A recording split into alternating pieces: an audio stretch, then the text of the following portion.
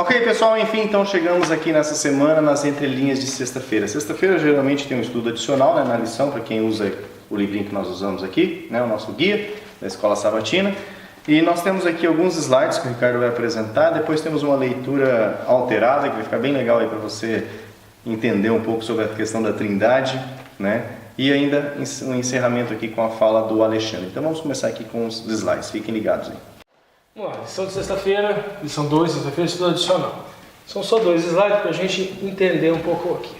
E, olha, no calendário, a gente trabalha aquela questão do quiasmo com relação às festas. E essa aplicação ela é muito interessante. Nós já falamos até agora aqui que Shavuot, que Pentecostes, ok, está ligado ao Espírito Santo, mas está ligado também à santificação. Está ligado à produção de frutos.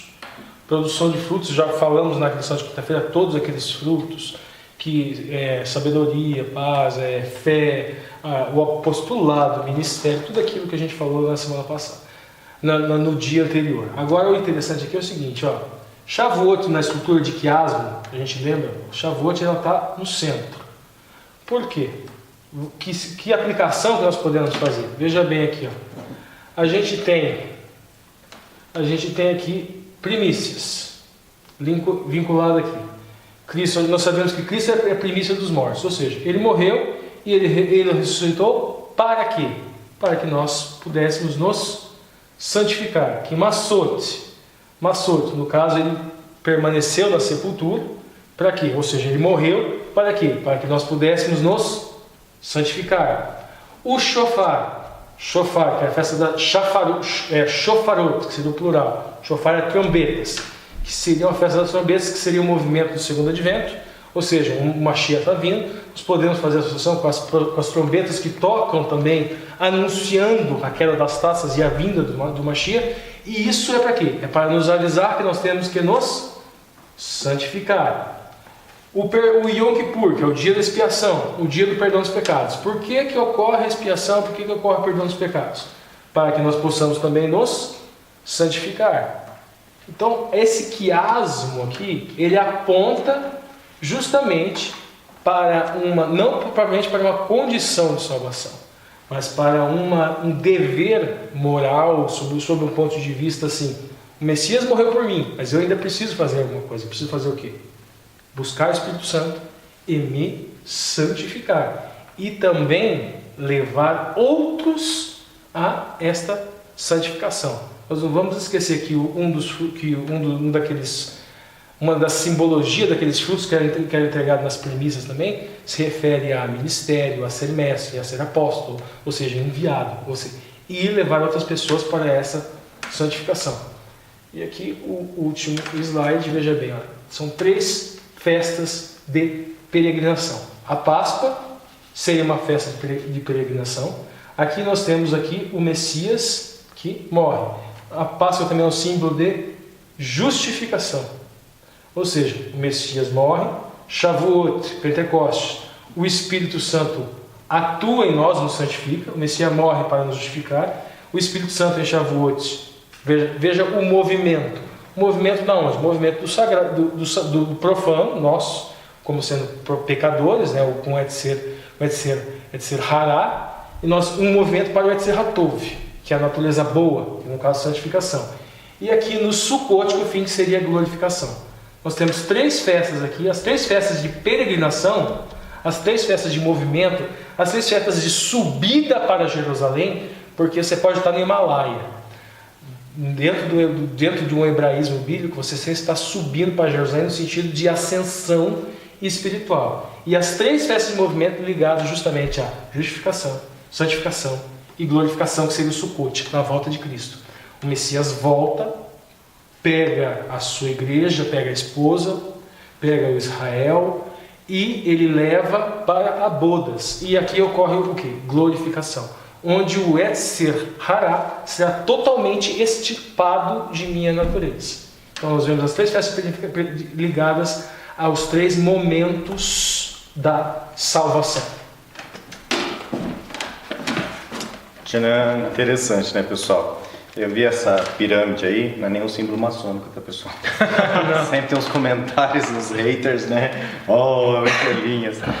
Mas pessoal, na verdade eu não estava lembrando só da maçonaria, estava lembrando da Trindade. Durante a preparação dessa lição, né, sobre essa questão de que Jesus foi sacrificado, foi elevado ao céu, aí depois desceu o Espírito Santo, e aí Jesus está sentado à destra do Pai. Será que Jesus e o Espírito Santo podem estar no mesmo lugar ao mesmo tempo? E aí fica aquela confusão, será que são 3 pessoas, serão 3 faces de um mesmo Deus? Aquela confusão tremenda que, né, o pessoal sempre gosta aí de falar, inclusive os adventistas são acusados muitas vezes de ser politeísta por acreditar em 3 deuses, certo, pessoal?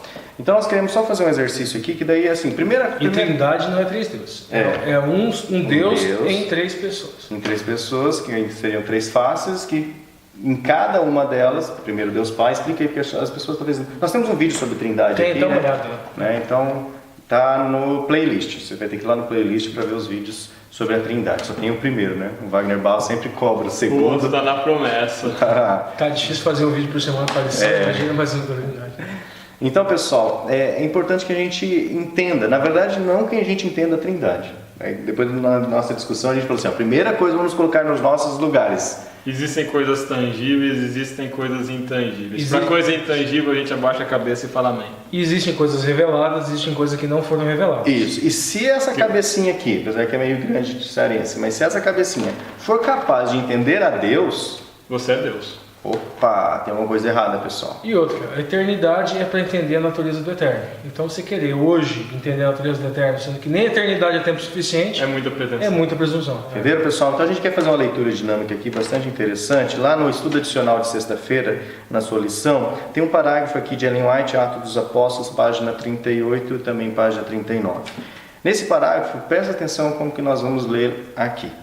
Se quiser, pega a sua lição lá. Isso. E compara a leitura que nós vamos fazer. Okay? Só para eu explicar um pouco a leitura, porque assim, é um ser divino, é uma Elohut, ou é uma Ossia, em grego, Elohut em hebraico, Ossia em grego, e 3 Gaonim, faces de luz, ou 3 hipostases, que seriam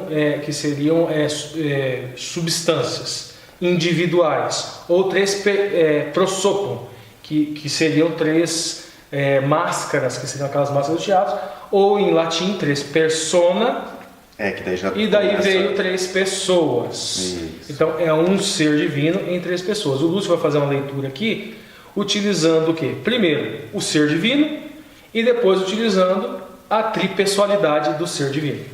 Ok, pessoal? Primeira coisa então, na verdade nós vamos substituir tudo onde é Cristo, o Espírito Santo, Deus vai virar Deus, certo? Vamos só trabalhar a divindade. Presta atenção, olha só.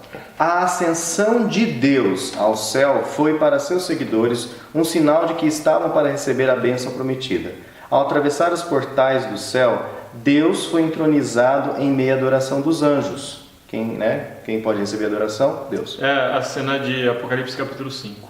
Tão logo foi essa cerimônia concluída, Deus desceu em abundantes torrentes sobre os discípulos.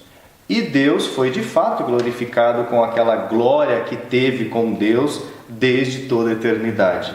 O derramamento do Pentecoste foi uma comunicação do céu de que a confirmação do Redentor havia sido feita.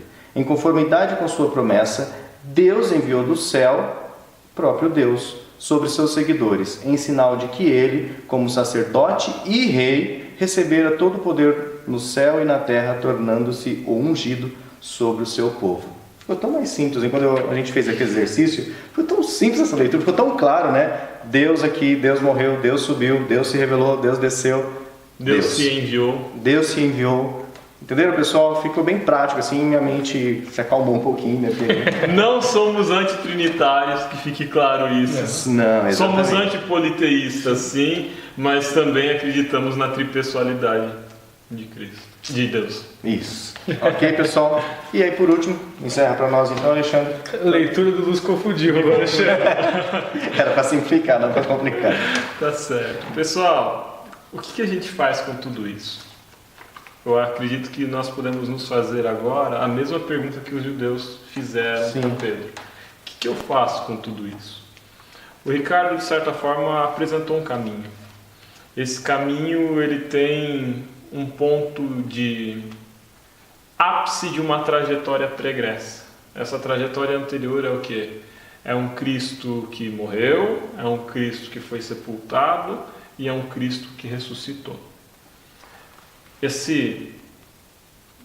Essa conclusão dessa trajetória, ela se dá com a nossa aceitação e a nossa confirmação diante de Deus o Pai. E com o envio do Espírito Santo sobre nós, assim como foi derramado lá na chuva temporã no momento do Pentecostes. Nós temos agora uma trajetória futura, que já nos é revelada também. Essa trajetória futura, ela passou pelo juízo investigativo, ou o grande dia do perdão, no Yom Kippur, e ela termina na festa das tendas, né? Na festa dos tabernáculos, Sukkot, que é a segunda vinda de Jesus e agora a nossa glorificação. Se nós, assim como os judeus fizeram a pergunta para Pedro, o que nós fazemos com essa verdade agora? O passo inicial é reconhecer a trajetória pregressa, reconhecermos como pecadores que somos, entregarmos diante de Deus em arrependimento, em aceitar o sacrifício de Cristo para a remissão dos nossos pecados. Esse é o primeiro passo. Esse primeiro passo nos livra do dia do Senhor apresentado lá pelo profeta Joel, desculpe isso. O profeta Joel, ele fala de um primeiro dia do Senhor, que é um primeiro dia do Senhor terrível, de fome, de julgamento, de destruição, para aqueles que são apartados do Senhor. Reconhecer Cristo como nosso Salvador nos retira dessa ideia do dia do Senhor e nos lança na segunda parte do livro de Joel. A segunda parte do livro de Joel é um Deus que nos supre do pão, do trigo, é um Deus que nos supre do vinho. É a nossa comunhão diária com o sacrifício de Cristo Jesus e com o perdão dos nossos pecados. Mas é um Deus também que nos supre do azeite. Não nos falta azeite, como está presente lá no livro de Joel. A segunda característica do dia do Senhor é um dia positivo, é um dia de um Deus que nos supre. Mas lembremos, o Espírito Santo que foi derramado no Pentecostes e que é derramado sobre a igreja hoje, ele não é um Espírito Santo com uma finalidade em si mesmada. Isso. Não é um Espírito Santo que vem para fazer maravilhas, sinais e prodígios, para nossa exaltação, para nossa vanglória. Ou para destacar um ser humano também, qualquer outro ser Sim, humano. Né? Não é um Espírito Santo que vem aqui para falar de homens. O Espírito Santo, ele sempre é derramado com um propósito, com um objetivo, com um ministério. A edificação do corpo de Cristo, a conversão de pessoas, a pregação do Evangelho, a grande comissão que Cristo apresenta no livro de Lucas, a mensagem e o dever que Cristo deu aos varões galileus antes da ascensão, no início do livro de Atos, e a mensagem que Deus nos capacitou desde o Pentecostes a executar. Hoje nós aguardamos ansiosos o derramamento da chuva serôdia. A chuva serôdia não é uma chuva para exaltação própria. Enquanto nós estivermos divididos em picuinhas, em discussões pequenas, enquanto nós estivermos preocupados com exaltação própria, em um grupo de WhatsApp, inclusive, precisando publicar coisas constantemente para ser visto, enquanto a gente precisar falar tanto e estivermos tão pouco dispostos a ouvir da voz do Espírito Santo, nós não estamos prontos para receber a chuva serôdia. Lembremos qual era a posição dos discípulos antes do Pentecostes. Eles estavam reunidos em oração, em contrição, em arrependimento, e eles oraram pelo Espírito Santo. E o Espírito Santo foi derramado. Que o Espírito Santo seja derramado sobre a igreja hoje também. Não para exaltação própria, mas para a conclusão da obra e da grande comissão que o Mestre nos deixou. Amém. Fica então o apelo, pessoal. Foi muito bom essa lição, foi muito gostosa aqui para nós. Espero que tenha sido gostosa para você também, os assuntos aqui, toda a didática. Que seus alunos aproveitem, que seus amigos no WhatsApp.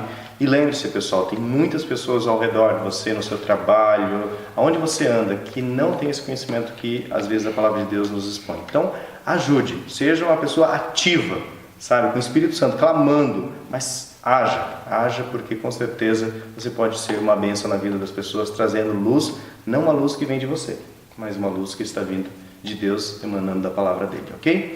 Um abraço a vocês então, se quiser se inscrever no grupo do WhatsApp, se tiver vaga, tem aqui o link do primeiro grupo, quando encher, quem sabe a gente faz no segundo, né? Vamos pensar. E fiquem ligados aí, não esqueça de deixar seu joinha, muito importante, vire seu celular aí na vertical, vá na Smart TV, clica aí no OK, vai nas opções, tem lá o joinha, deixa o seu joinha, pessoal. Não só no Entre Linhas, mas em todo o conteúdo que você acha que vale a pena, que o pessoal traz algo, te edifica, deixe esse joinha, é muito importante para os produtores de conteúdos no YouTube, nessa plataforma. Tudo bem, pessoal? Então fica o nosso abraço aí, muito obrigado aí por ter aguentado esse vídeo até aqui, vai dar 1 hora e pouco aí, quase 2 horas, né? Mas eu sei que o pessoal da Entre Linhas é pessoal forte, aguenta muito material, né, pessoal?